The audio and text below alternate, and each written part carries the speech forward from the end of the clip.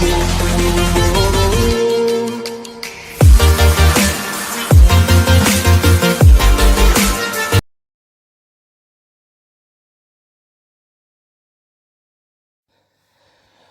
Students. जैसे कि मेरा ट्राइपॉड ख़राब हो गया है, तो अभी लॉकडाउन पे तो उसको ठीक भी नहीं कर सकता, तो मैं वीडियो जो है वो ऐसे पेपर में बना रहा हूँ।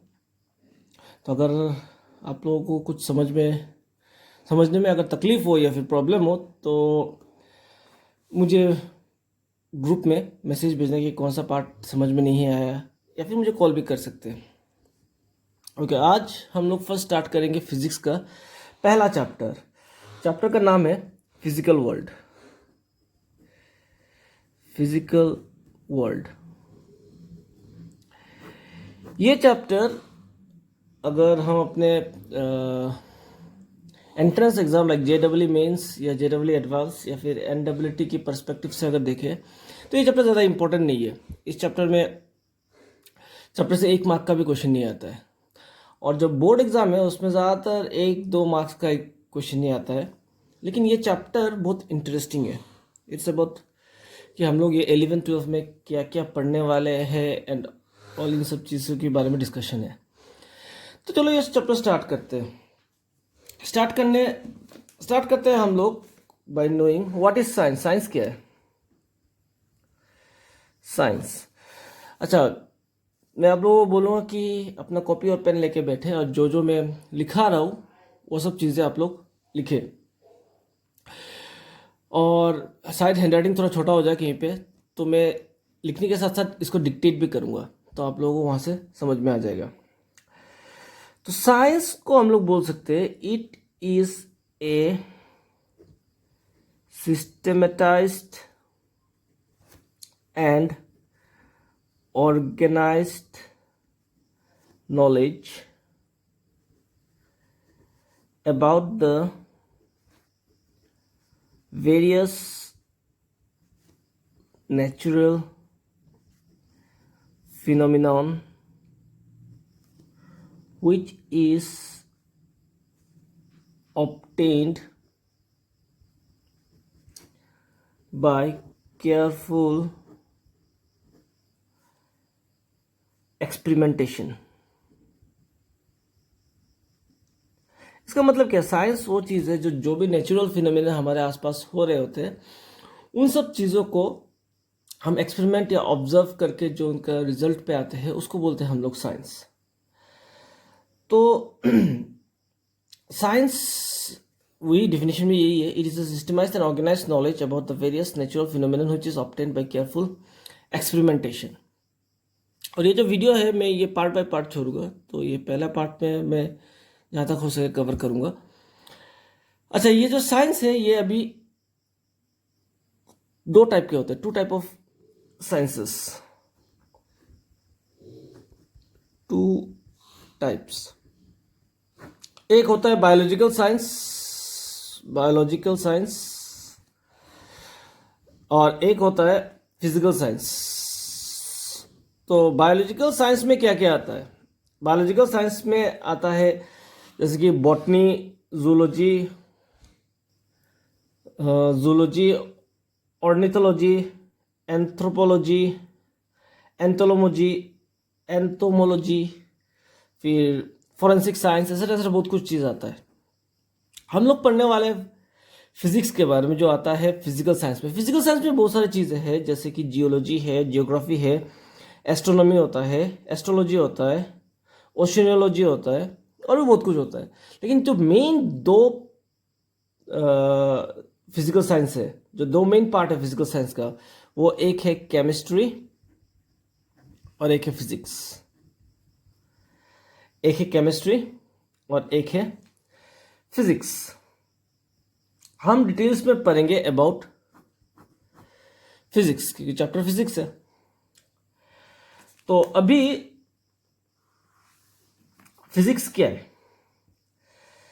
फिजिक्स आया है एक ग्रीक वर्ड से जिसका मतलब था नेचर। वो ग्रीक वर्ड क्या है, जब हमारा क्लास स्टार्ट होगा वो ग्रीक वर्ड में आपको दिखा दूंगा।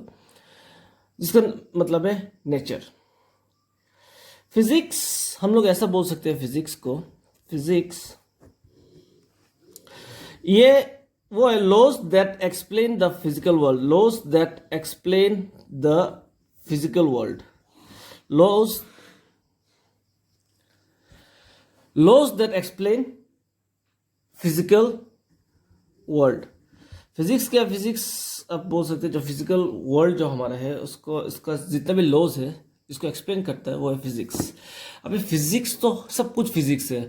ये जो मैं वीडियो बना रहा हूँ, वीडियो बना के सेंड कर रहा हूँ, ये जो मेरे रूम में ये लाइट है, ऊपर ये फैन है, ये सब फिजिक्स है। ये टेम्परेचर का बढ़ना घटना, weather, everything everything is physics. तो फिजिक्स तो सब कुछ है। Physics basic laws of nature, तो एवरीथिंग इज फिजिक्स।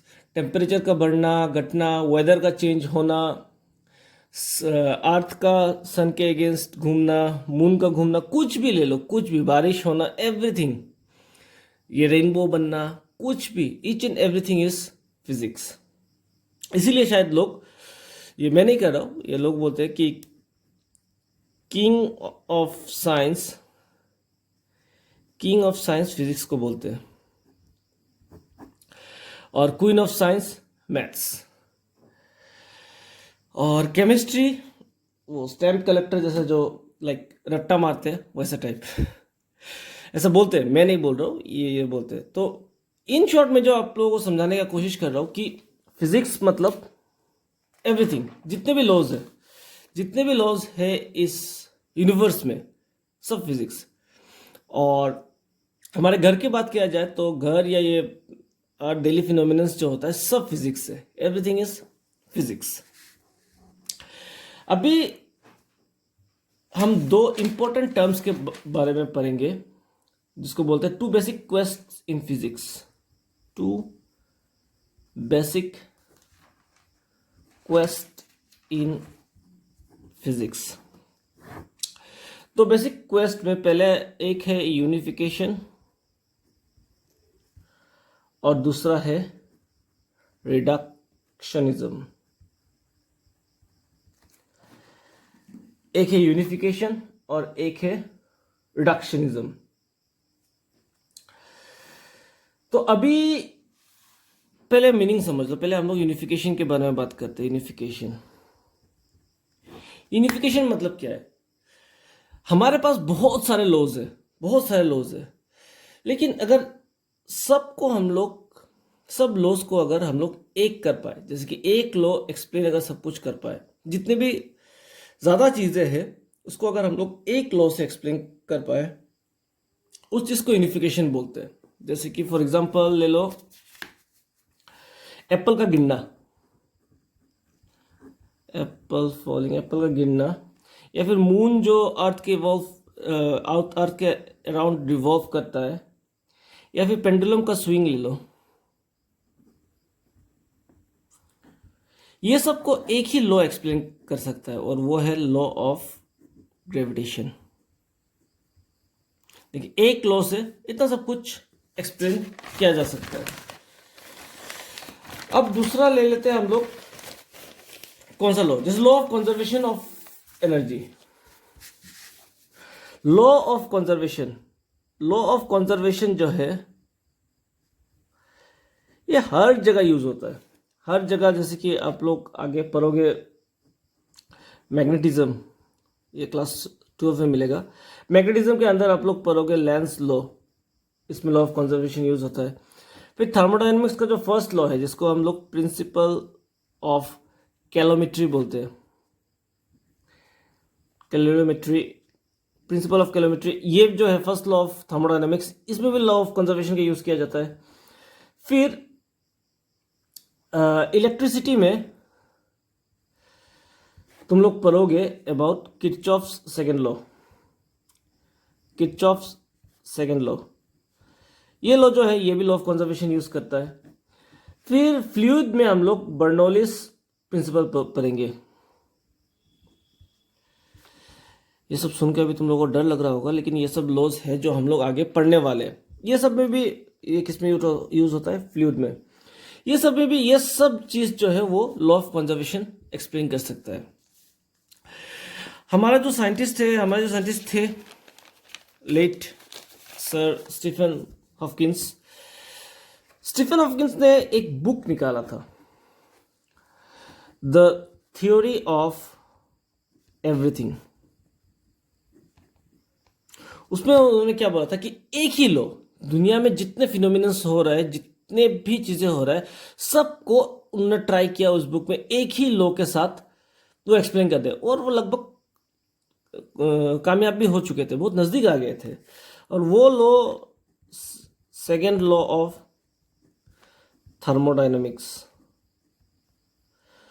उन्होंने ट्राई किया था कि इस लॉ से सब लॉ को इसी लॉ में घुसा दे, एक ही लॉ से सब कुछ एक्सप्लेन करने का ट्राई किया, और ये कोशिश चलता रहेगा। तो ये जो चीज़ है कि एक लॉ से ज़्यादा से ज़्यादा चीज़ों को हम लोग एक्सप्लेन करना, इसको हम लोग बोलते हैं यूनिफिकेशन। जैसे और लास्ट एक एग्जांपल देता हूँ,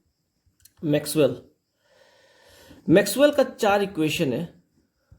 उन 4 इक्वेशन से पूरा का पूरा इलेक्ट्रोस्टैटिक्स, जो फिजिक्स का एक ब्रांच है, फिर इलेक्ट्रोडायनामिक्स, फिर मैग्नेटिज्म, इलेक्ट्रोमैग्नेटिक इंडक्शन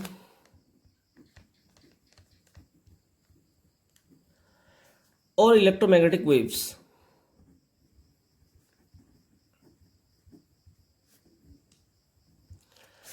ये सब चारों जो ब्रांच है वो सिर्फ मैक्सवेल के 4 इक्वेशन से सब कुछ इसके अंदर आ जाता है। It contain all this 4 topics in this 4 equation. ये 4 इक्वेशन के अंदर ये सब कंटेन हो जाता है।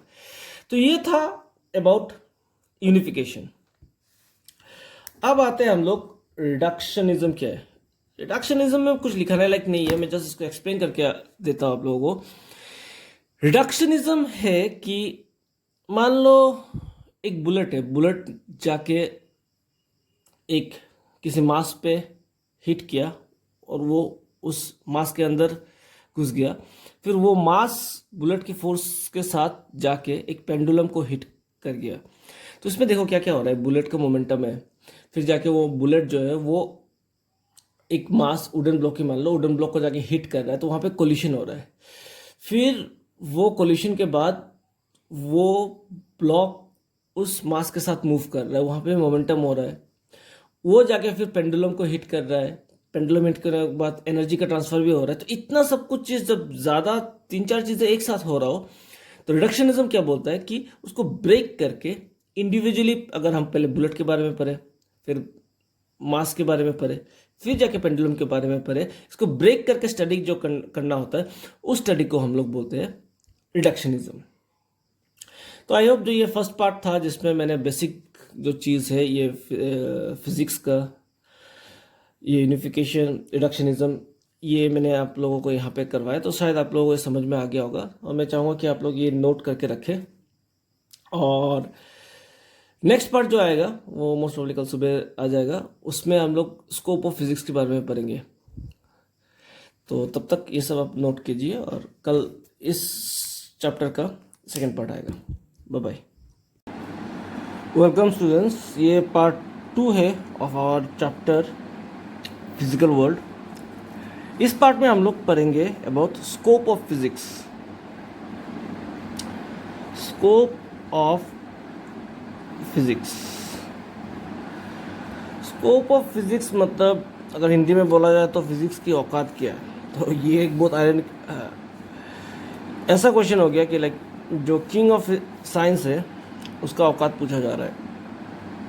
तो खैर हमारा जो सिलेबस है, सिर्फ हमारा नहीं, इंडिया में जितने भी सब कॉन्टिनेंट कंट्रीज़ है, जैसे इंडिया हो गया, श्रीलंका हो गया, अफ़गानिस्तान हो गया, पाकिस्तान हो गया, नेपाल हो गया, हमारे इन सब कॉन्टिनेंट में जो सिलेबस है वो क्या करते हैं, जो फिज़िक्स में जितने सारे लॉज हैं सबको 11 और 12 में पढ़ाया जाता है। तो सब डिटेल्स में नहीं, लेकिन ऊपर ऊपर से सब पढ़ाया जाता है।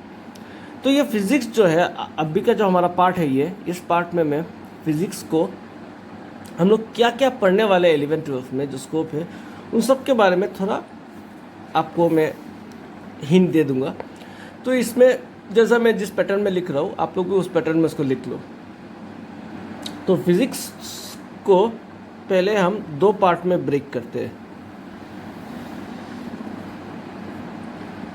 पहला पार्ट जो है वो है मैक्रोस्कोपिक और दूसरा जो है वो है माइक्रोस्कोपिक।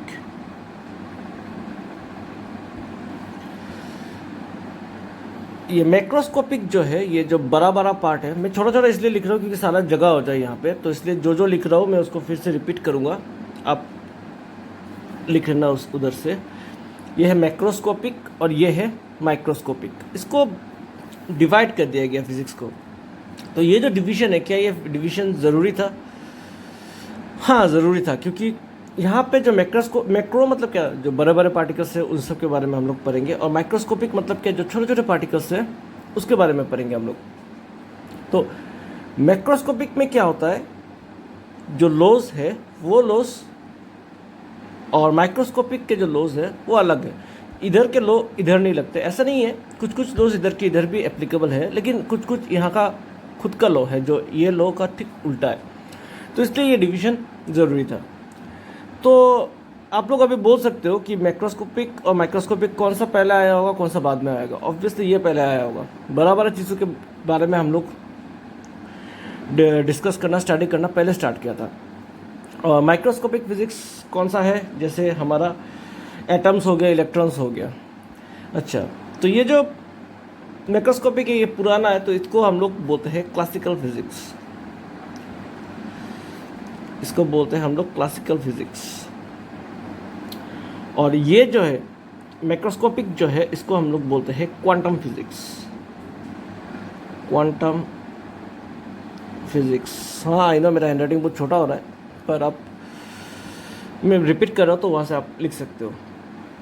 इसको हम लोग मॉडर्न फिजिक्स भी बोलते हैं, मॉडर्न फिजिक्स। अच्छा, अब पहले बात कर लेते हैं हम लोग मैक्रोस्कोपिक या फिर क्लासिकल फिजिक्स का। क्लासिकल फिजिक्स के अंदर हम लोग जो पढ़ेंगे वो 4 पार्ट में डिवाइड किया गया है। पहला है मैकेनिक्स,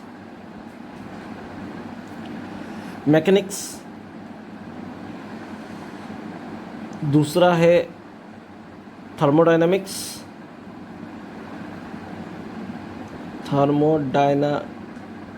पहला है मैकेनिक्स, दूसरा है थर्मोडायनामिक्स, तीसरा है इलेक्ट्रोमैग्नेटिज्म,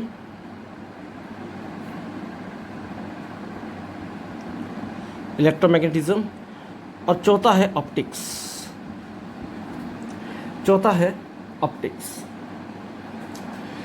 अभी इसमें जो बड़ा बड़ा चीज़ें कि अर्थ कैसे मोशन करता है, मून, ऐसा बड़ा बड़ा चीज़ें जो है सब कुछ, और भी बहुत कुछ है, सब कुछ पढ़ेंगे। अभी वन बाय वन मैं आपको बोलता हूँ कि किसके अंडर हम लोग क्या क्या पढ़ेंगे। तो पहले ये बोल देता हूँ कि ये जो मैकेनिक्स और थर्मोडायनेमिक्स है ये हम लोग पढ़ेंगे अभी क्लास 11 में। इलेक्ट्रोमैग्नेटिज्म, ऑप्टिक्स और ये जो क्वांटम फिजिक्स वाला पार्ट है ये पढ़ेंगे हम लोग क्लास 12 में। तो ऐसा नहीं है कि इसमें 2 है, इसमें 3 है तो इसका सिलेबस ज़्यादा है, नहीं, इसके अंदर बहुत कुछ है। और कंपेरेटिवली मुझे लगता है कि क्लास 11 में क्वांटिटी ज़्यादा है देन क्लास 12। तो मैकेनिक्स के अंदर हम लोग क्या क्या पढ़ेंगे। मैकेनिक्स के अंदर हम लोग पढ़ेंगे जैसे कार का मोशन हो गया, कार कैसे मोशन करता है, कार जो मूव करता है, ऐसे टर्न करता है, वेलोसिटी वगैरह, ये सब चीज़ें जो है हम लोग मैकेनिक्स के अंदर पढ़ेंगे। फिर पढ़ेंगे हम लोग अबाउट फ्रिक्शन, कार का मोशन हो गया, फिर फ्रिक्शन के बारे में पढ़ेंगे। फिर रॉकेट का जो प्रोपल्शन है, रॉकेट कैसे ऊपर जाता है, फिर नीचे जो उसका ये आता है, उस मोशन की वजह से क्या हेल्प होता है, ये सब पढ़ेंगे हम लोग मैकेनिक्स के अंदर। फिर हम लोग पढ़ेंगे कि बेंडिंग ऑफ रॉड कैसे बेंड होता है, या फिर स्ट्रिंग कैसे घुमा के हम लोग क्या कर सकते हैं, और ये सब पढ़ेंगे हम लोग मैकेनिक्स के अंदर। फिर हम लोग पढ़ेंगे फ्लूइड के बारे में, जैसे फ्लोटेशन वगैरह जो होता है, कैसे कोई चीज़ फ्लोट करता है एंड और जो आप लोगों ने क्लास 10 में बॉयंसी वगैरह पढ़ा था वो डिटेल्स में पढ़ेंगे इधर। और भी बहुत कुछ है, और भी बहुत कुछ। अगर लिखते जाओ कि क्या क्या पढ़ना है मैकेनिक्स के अंदर, इस बार तो बहुत कुछ है। ये मैकेनिक्स जो है ये बहुत बड़ा एक पार्ट है क्लास 11 फिजिक्स का, तो इसमें बहुत कुछ आ जाएगा। फिर आते हैं हम लोग थर्मोडाइनमिक्स, जो वैसा तो है बहुत बड़ा, लेकिन आप लोगों को का टॉपिक के वाइज क्लास 11 में जो दिया है वो उसमें उतना ज़्यादा कुछ नहीं है, लेकिन फिर भी बहुत कुछ है। जैसे क्या पढ़ेंगे, पहले हम लोग उसमें कुछ लॉज पढ़ेंगे, laws of thermodynamics, first law, second law, zeroth law, ये बहुत सारे लॉज हैं वो पढ़ेंगे। फिर हम लोग हीट के बारे में पढ़ेंगे, फिर हम लोग टेम्परेचर के बारे में पढ़ेंगे, फिर हम लोग पढ़ेंगे हीट इंजन, बहुत इंपॉर्टेंट है ये, हीट इंजन कैसे आया, क्या हुआ। फिर हम लोग पढ़ेंगे रेफ्रिजरेटर के बारे में। फिर हम लोग पढ़ेंगे कि कोई रिएक्शन स्पॉन्टेनियस है या स्पॉन्टेनियस नहीं है, या स्पॉन्टेनियस क्या होता है नहीं होता है, ये सब चीज़ हम लोग पढ़ेंगे अंडर थर्मोडायनेमिक्स। और भी बहुत कुछ है, और भी बहुत कुछ है, लेकिन फ़िलहाल आप लोग ये लिख लो।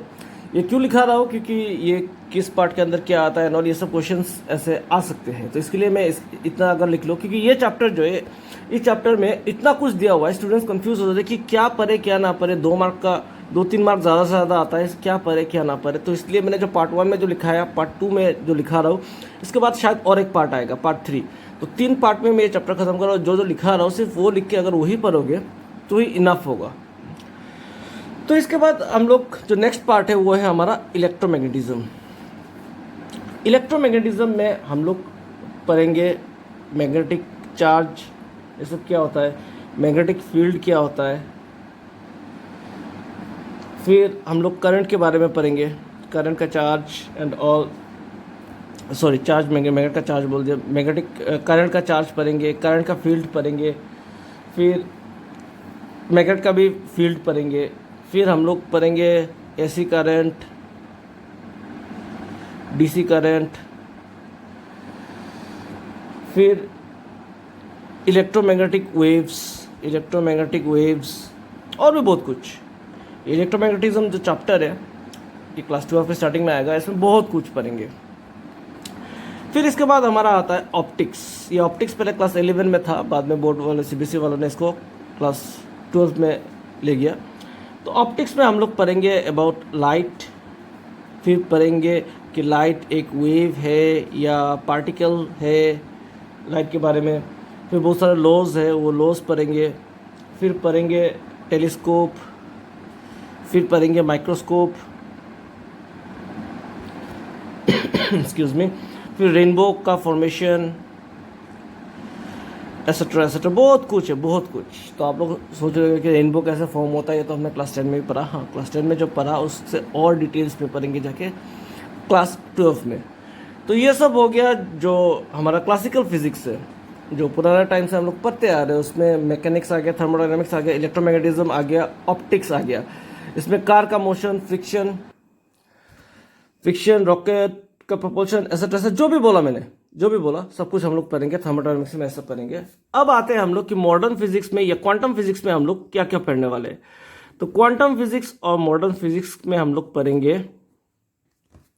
अच्छा, अभी आपको लग रहा होगा कि साउंड थोड़ा क्लियर हो गया। एक्चुअली मैंने फैन ऑफ करना भूल गया था, इसलिए पहले फैन का आवाज भी शायद वीडियो में आ रहा होगा, तो सॉरी फॉर दैट।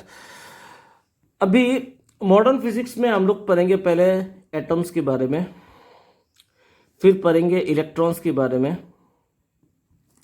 फिर एक्सरे, फिर सेमीकंडक्टर,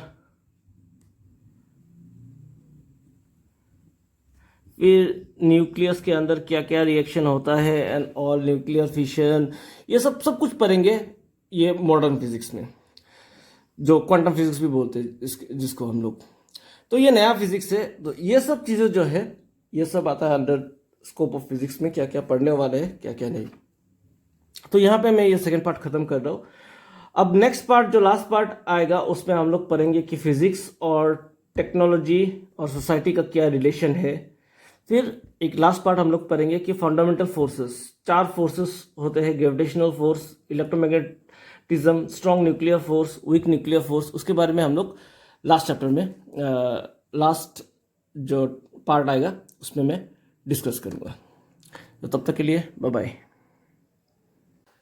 वेलकम स्टूडेंट्स। ये पार्ट में, लास्ट पार्ट में जैसे हम लोगों ने स्कोप ऑफ फिजिक्स पढ़ा था, जिसको हमने डिटेल्स में स्टडी किया, डिटेल में। इस पार्ट में हम आपके जो सिलेबस में नेक्स्ट पार्ट है जो एनसीईआरटी बुक में दिया हुआ है वो है फिजिक्स,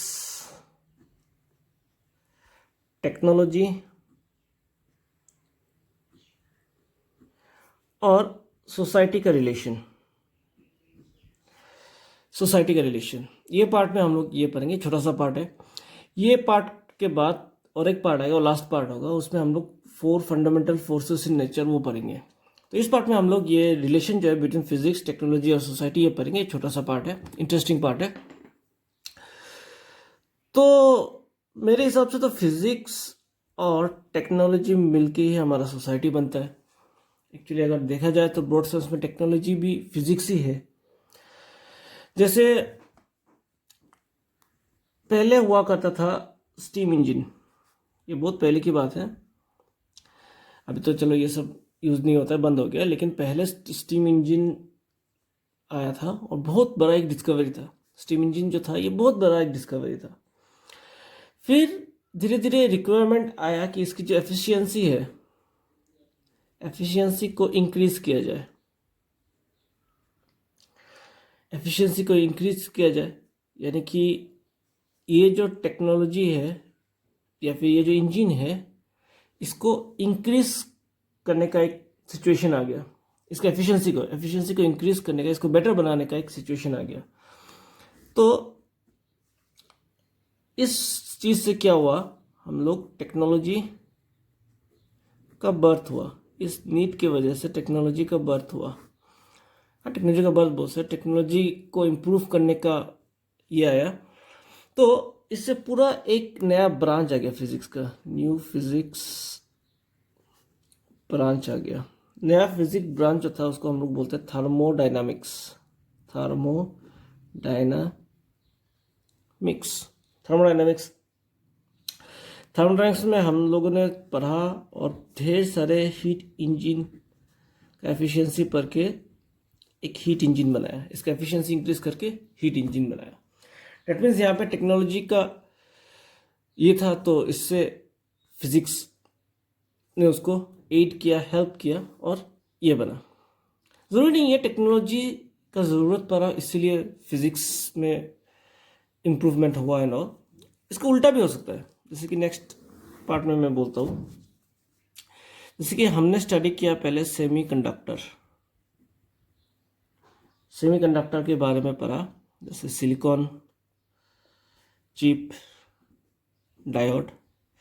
जब हमने अच्छे से इस चीज़ को समझ लिया, सेमीकंडक्टर, सिलिकॉन चिप, डायोड, अच्छे, ये बहुत बड़ा इन्वेंशन था। ये डायोड जो है वो बहुत बड़ा इन्वेंशन था।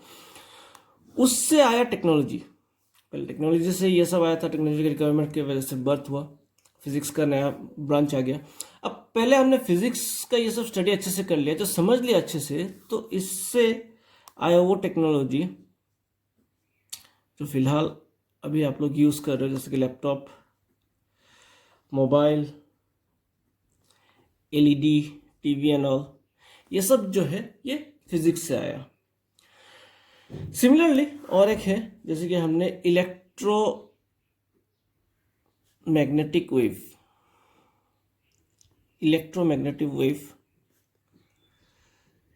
इसके बारे में अच्छे से पढ़ा। ये पढ़ने के बाद हमें जब ये समझ में आ गया तो समझ में आ गया कि अरे यार इससे तो बहुत सारी चीज़ बनाया जा सकता है। तो हमने पूरा का पूरा कम्युनिकेशन सिस्टम ही बना दिया।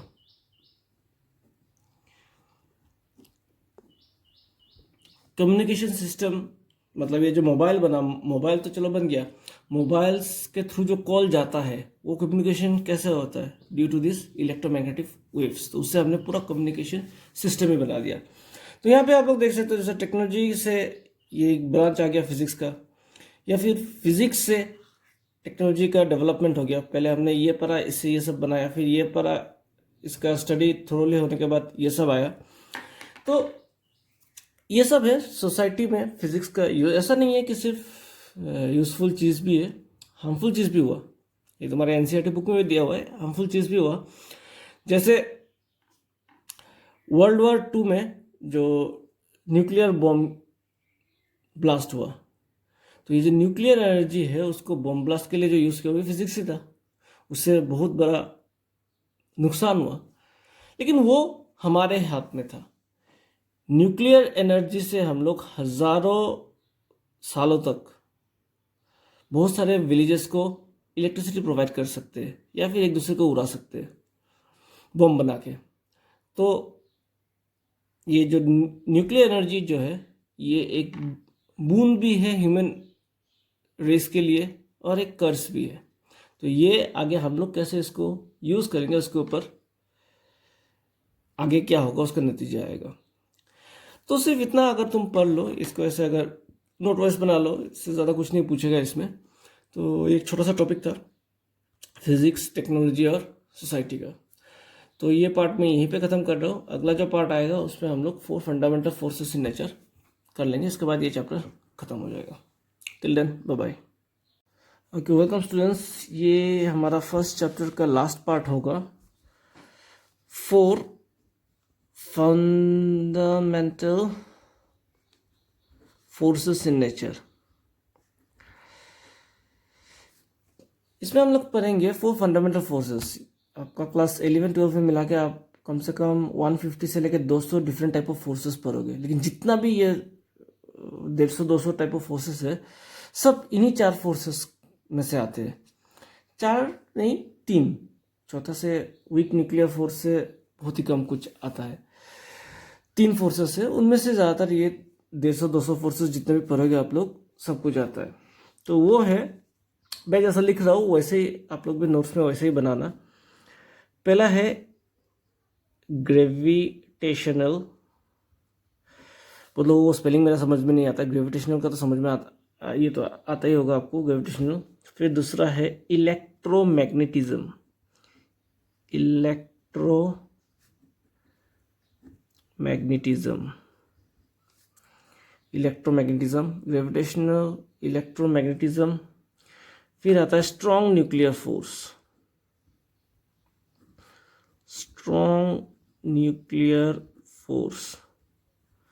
और लास्ट में आता है वीक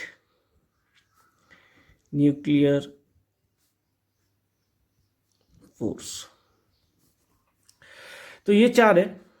इन चारों को हम लोग 4 फंडामेंटल फोर्सेस इन नेचर बोलते हैं। अच्छा, ये जो 4 फोर्सेस है इसके बारे में देखते हैं। अभी सिर्फ लाइट यही क्या जाएगा इस चैप्टर में, ऐसा डिटेल्स में कुछ ये नहीं है। ये पूरा क्लास 11-12 में हम लोग इन फोर्सेस के बारे में बहुत डिटेल्स में पढ़ेंगे। पहले आता है ग्रेविटेशनल फोर्स। ग्रेविटेशनल फोर्स में क्या है, जितने भी यूनिवर्स में जितने भी ऑब्जेक्ट है सब एक दूसरे को अट्रैक्ट करते हैं।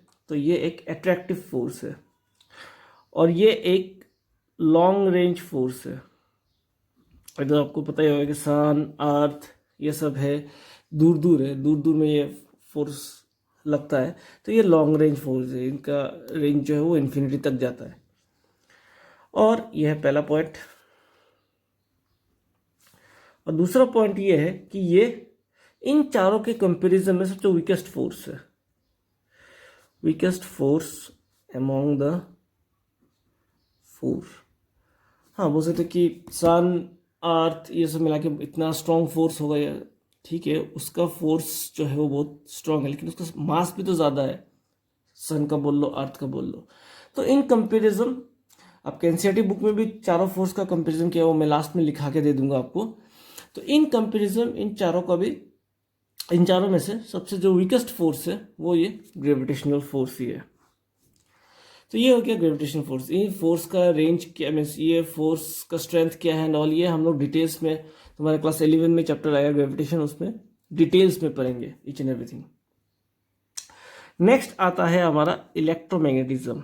इलेक्ट्रोमैग्नेटिज्म कहाँ पे वर्क करता है, चार्ज्ड बॉडीज पे। तो ये तो तुम लोगों को पता ही है कि पॉजिटिव अगर हुआ तो रिपेल करेगा, पॉजिटिव निगेटिव अगर हुआ तो अट्रैक्ट करेगा, और निगेटिव वाला सेम फोर्सेस होगा तो सेम चार्ज होगा तो रिपेल करेगा, और अनलाइक होगा तो अट्रैक्ट करेगा। ये भी लॉन्ग रेंज फोर्स है, लॉन्ग रेंज फोर्स, और ये one of the strongest force है। सबसे ये स्ट्रॉन्गेस्ट होता है, स्ट्रॉन्ग न्यूक्लियर फोर्स। ये वन ऑफ द सेकेंड में आता है, one of the strongest force है। और एक चीज़, ये ग्रेविटेशनल और इलेक्ट्रोमैग्नेटिज्म दोनों जो फोर्स है, इन फोर्स में कोई मीडियम नहीं चाहिए। मीडियम हो तो अच्छी बात है, अगर मीडियम ना भी हो तो भी ये फोर्स एक्ट करता है। No medium is required for this forces. चलो मैंने नो मीडियम इज रिक्वायर्ड लिख के रख दिया। तो इन दो फोर्सेस में तो आपको समझ में आ गया होगा। पहले ग्रेविटेशनल फोर्स मैंने बोल दिया, अभी मैग्नेटिज्म बोल दिया। थर्ड वाला जो है वो आपको समझने का ज़रूरत है, क्योंकि ये आपको शायद अभी तक मिला नहीं है। वो है स्ट्रॉन्ग न्यूक्लियर फोर्स। ये हम लोग बात करेंगे न्यूक्लियस का। न्यूक्लियस में क्या होता है, न्यूक्लियस के अंदर क्या होता है? प्रोटॉन और न्यूट्रॉन। चलो मैं ऐसे लिखता हूँ, प्रोटॉन और न्यूट्रॉन्स होते हैं। प्रोटॉन्स और न्यूट्रॉन्स होते हैं न्यूक्लियस के अंदर। तो हमें पता है कि प्रोटॉन एक दूसरे को रिपेल करेगा। क्यों? क्योंकि सेम चार्ज है। पर अगर ऐसा होता तो न्यूक्लियस के अंदर जो ये सब तो न्यूक्लियॉन्स है ना, न्यूक्लियस के अंदर ये सब पार्टिकल्स जो है, प्रोटॉन्स और न्यूट्रॉन्स, ये सब तो न्यूक्लियॉन्स है, तो वो फट जाता, वो फट के बाहर बिखर जाता, क्योंकि प्रोटॉन खुद को रिपेल करेगा। पर ऐसा होता नहीं है। क्यों होता नहीं है? क्योंकि एक फोर्स है जो सिर्फ न्यूक्लियस के अंदर, न्यूक्लियॉन्स के बीच में ही लगता है। उस फोर्स को बोलते हैं हम लोग स्ट्रॉन्ग न्यूक्लियर फोर्स। ये एक अट्रैक्टिव फोर्स है। अट्रैक्टिव फोर्स बिटवीन किस किस के बीच में? अट्रैक्टिव फोर्स बिटवीन किस किस के बीच में? प्रोटॉन न्यूट्रॉन और प्रोटॉन और न्यूट्रॉन। ये जो फोर्स है ये प्रोटॉन न्यूट्रॉन को आपस में बांध के रखता है। और ये जो फोर्स है it is independent of the charge, independent of the charge, या फिर ऐसे भी लिख सकते हो कि does not depend upon the charge. मतलब ये चार्ज पे डिपेंड नहीं करता कि प्रोटॉन में चार्ज है तो इसलिए ये फोर्स ज़्यादा होगा, न्यूट्रॉन में नहीं है, ऐसा नहीं। यहाँ पे कोई भेदभाव नहीं होता। ये जो स्ट्रॉन्ग न्यूक्लियर फोर्स जो है ये सब के लिए सेम है। ये न्यूक्लियस पार्टिकल्स जो है, जो न्यूक्लियस के जो अंदर है, इन सबको होल्ड करके रखता है ये स्ट्रॉन्ग न्यूक्लियर फोर्स। अभी एग्जाम्पल समझाता हूँ कि ये न्यूक्लियस है और ये इलेक्ट्रॉन है शेल में।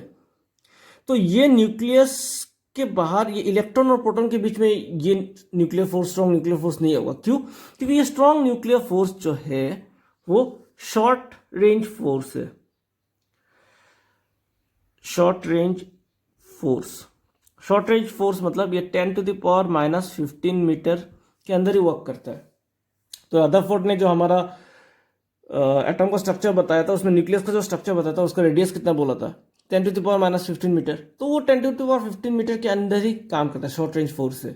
और न्यूक्लियस से लेके जो ये इलेक्ट्रॉन का जो डिस्टेंस है वो लगभग 10⁻10 मीटर ज़्यादा हो जाता है। -10 मीटर मतलब 1 आर्मस्ट्रॉन 10⁻10 मीटर जैसा होता है, तो वो बड़ा डिस्टेंस है। तो उसमें ये जो न्यूक्लियर फोर्स है ये एक्ट नहीं करता। ये अपने दिमाग में रखना कि ये स्ट्रॉन्ग न्यूक्लियर फोर्स जो है जस्ट न्यूक्लियस पार्टिकल्स यानी प्रोटॉन न्यूट्रॉन के अंदर ही काम करता है। इसलिए ये फैल के न्यूक्लियस से बाहर नहीं जाता, क्योंकि नॉर्मली तो पॉजिटिव हमें पता है कि रिपेल करता है, लेकिन because of the strong nuclear force ये ऐसा नहीं होता। इसके बारे में डिटेल्स में और आगे चैप्टर्स में पढ़ेंगे, तब आपको और पता चलेगा कि कैसे ये nuclear force, strong nuclear force आता कैसे है। अच्छा, तो यहाँ पे मैंने क्या क्या बोल दिया? न्यूक्लियर फोर्स, प्रोटॉन ये बोल दिया, अट्रैक्टिव फोर्स प्रोटॉन ये भी बोल दिया, इंडिपेंडेंट ऑफ द चार्ज बोल दिया, शॉर्ट रेंज, और ये स्ट्रॉन्गेस्ट फोर्स इन नेचर है। ये स्ट्रॉन्गेस्ट फोर्स इन नेचर। तो ये हो गया बात स्ट्रॉन्ग न्यूक्लियर फोर्स का। अब लास्ट वाला लिखता है weak nuclear force. Actually weak nuclear force में शायद ही तुम लोगों को मोबाइल पे वीडियो पे समझा पाऊँ, और ये तुम्हारा अभी उतना ज़रूरत है भी नहीं। शायद क्लास 12 के लास्ट चैप्टर में जब हम पढ़ेंगे तो वहाँ पे और भी ज़रूरत होगा। अभी के लिए तुम लोग ये जान के रखो कि ये शॉर्ट रेंज फोर्स है। शॉर्ट रेंज फोर्स मतलब ये भी 10⁻⁻15 मीटर के अंदर ही वीक करता है, और ये जाहिर सी बात है वीक फोर्स है, एक बहुत ही वीक फोर्स है। वीकेस्ट नहीं है, वीकेस्ट ग्रेविटेशनल फोर्स है। बाद में मैं ये कंपैरिजन करा दूंगा। ये कब एक्ट करता है? It act only in radio active emission, emission।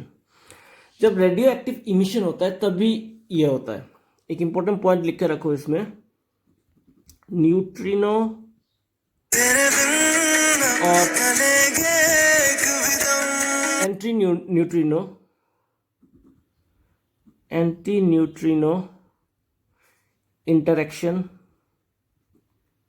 With electron particles और beta decaying particles. Electron particles है बीटा डिकेइंग पार्टिकल्स, मतलब इसको समझने के लिए हमारा इलेक्ट्रॉन का स्पिन होता है, पॉजिटिव हाफ नेगेटिव हाफ, तो वो सब आप लोगों को पहले समझना पड़ेगा, जो अभी पॉसिबल नहीं है कि ये वीडियो में समझा पाऊँ। ये क्लास 12 में जब आएगा तब ये समझ जाओगे तुम लोग कि बीटा डिके जब होता है तब न्यूट्रिनो या एंटी न्यूट्रिनो डेवलप होता है। तो ये बीटा डिके क्या है, बीटा डिके का डेफिनेशन अगर देखना चाहो तो beta decay are spontaneous radioactive decay process in which inside a nucleus either a neutron is converted into proton और a proton is converted into neutron. तो वो डिटेल्स में चला जाएगा, वो अभी इस चैप्टर के लिए अभी ज़रूरत नहीं है। अभी सिर्फ जान के रखो जो ये वीक न्यूक्लियर फोर्स है, ये जब रेडियो एक्टिव इमिशंस होता है न्यूक्लियर रिएक्टर में या कहीं पे, जब रेडियो एक्टिव इमिशंस होता है तभी ये फोर्स देखने को मिलता है। तो इसके रिलेटेड एक वीडियो है, शायद मैं ग्रुप में भेज दूँ, वो देख के थोड़ा समझना, लेकिन इसका बारे में डिटेल्स अभी तुम लोग समझ नहीं पाओगे, क्योंकि पहले तुम लोगों को ये समझना पड़ेगा कि इलेक्ट्रॉन का स्पिन क्या होता है एंड ऑल, जो ये तुम लोग केमिस्ट्री में मिल जाएगा बहुत जल्दी 11 में। इसके बाद तुम लोग ये समझ पाओगे कि वीक न्यूक्लियर फोर्स क्या है। अभी के लिए ये जान के रखो, जब रेडियो एक्टिव इमिशंस होता है तभी ये फोर्स दिखने को मिलता है। तो ये हो गया चारों फंडामेंटल फोर्स को मैंने तुम लोगों को समझा दिया। अब ये तुम्हारा एनसीईआरटी बुक में दिया हुआ है, तो ये भी लिख के रखना कि स्ट्रॉन्ग न्यूक्लियर फोर्स जो है ये सबसे ज़्यादा है। स्ट्रॉन्ग न्यूक्लियर फोर्स, ये फोर्स सबसे ज़्यादा है। सेकंड है इलेक्ट्रोमैग्नेटिक फोर्स।